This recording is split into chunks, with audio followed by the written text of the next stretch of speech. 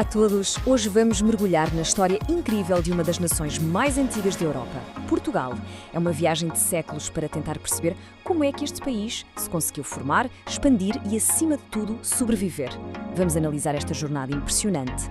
E, para começar, um facto que é absolutamente fascinante. Portugal tem as fronteiras terrestres mais estáveis de toda a Europa, definidas, imaginem, lá no século XIII. Pensemos nisto por um segundo. Numa Europa que foi constantemente redesenhada por guerras, por impérios, por tratados, as fronteiras de Portugal mantiveram-se firmes, quase como um desafio à própria história do continente. E isto leva-nos, claro, à grande questão. Como é que um país relativamente pequeno conseguiu não só nascer, mas também aguentar-se firme perante tantas provações ao longo de quase 900 anos? É essa a história que vamos tentar desvendar agora. Ora, e tudo começa, como não podia deixar de ser, com sua fundação. A maneira como Portugal se impôs no xadrez político da Península Ibérica foi, na verdade, o primeiro grande teste à sua capacidade de resistência. A origem de Portugal está ali, na Reconquista, naquela longa campanha cristã para retomar a Península Ibérica. O Condado Portucalense, no início, era apenas uma parte do Reino de Leão. Só que apareceu uma figura que ia mudar tudo: Dom Afonso Henriques. Ele, pura e simplesmente, não se contentou em ser um mero vassalo. Mas atenção, a independência não aconteceu assim de um dia para o outro. Foi um processo com 3 passos que foram cruciais. Tudo arranca em 1128, na Batalha de São Mamede, onde Afonso Henriques toma o poder. Depois, um passo gigante em 1143, o Tratado de Zâmora, onde o seu próprio primo, o rei de Leão, o reconhece como rei. E o seu final, quase divino, chega em 1179, quando o próprio Papa, através da bula Manifestis Probatum, declara Portugal um reino soberano perante todo o mundo cristão. Estava feito. Portugal era um país. Com a nação já bem consolidada, Portugal não se ficou pelas suas fronteiras. Fez algo completamente diferente. Virou-se para o oceano e, com isso, deu início a um dos capítulos mais incríveis, não só da sua história, mas da história mundial. E esta frase de Fernando Pessoa, uau! Capta na perfeição o espírito daquela época. Havia uma ambição, uma crença, uma vontade imensa que empurrou os portugueses para o desconhecido. Uma mistura de fé, de coragem e, claro, de muito sonho. E a obra nasceu, de facto, e a um ritmo impressionante. Tudo começa em 1415, com a conquista de Ceuta, ali no norte da África. Umas décadas depois, Bartolomeu Dias consegue dobrar o temível Cabo da Boa Esperança, abrindo a porta para o Oriente.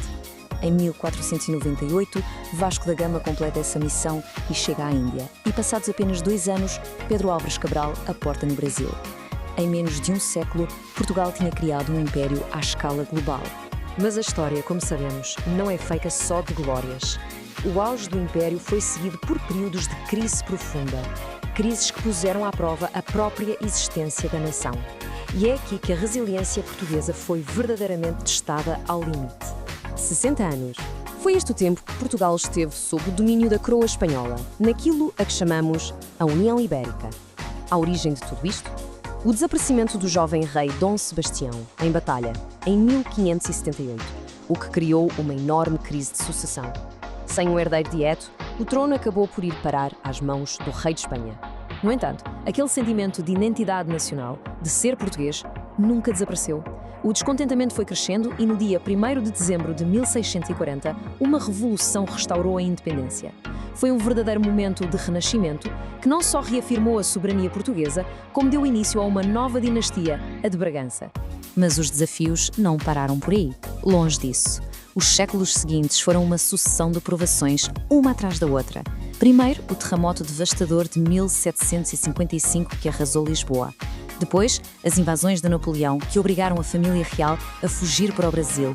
A seguir, a perda da colónia mais rica com a independência do Brasil. E, para terminar, uma guerra civil violentíssima que dividiu o país ao meio. Foi um período de uma instabilidade tremenda. E esta autêntica montanha-russa de acontecimentos leva-nos ao turbulento século XX e é a transformação final de Portugal numa nação moderna, numa democracia. O século XX português foi dominado por um contraste gritante. De um lado, o Estado Novo, um regime autoritário liderado por Salazar que durou quase 50 anos e que manteve o país numa longa e desgastante guerra colonial em África. Do outro lado, a Revolução dos Cravos, a 25 de abril de 1974. E o que é absolutamente notável é que foi um movimento militar, quase sem derramamento de sangue, que conseguiu derrubar a ditadura mais antiga da Europa Ocidental. Esta revolução teve 3 consequências imediatas e transformadoras. Primeiro, a descolonização, que pôs um ponto final no Império Africano. Segundo, a democracia, com a criação do regime parlamentar que temos hoje. E terceiro, abriu as portas à Europa, o que culminou com a adesão à então Comunidade Económica Europeia em 1986. Estes 3 pilares moldaram o Portugal que conhecemos hoje. E assim chegamos ao fim da nossa viagem. Desde a sua fundação, passando por um império global, por crises profundas e por uma revolução pacífica, a história de Portugal é uma autêntica lição de sobrevivência. A questão que fica no ar não é apenas como é que sobreviveu, mas de que forma é que esta capacidade de olhar para o mar e de se reinventar continua a definir o futuro deste país. Fica a pergunta.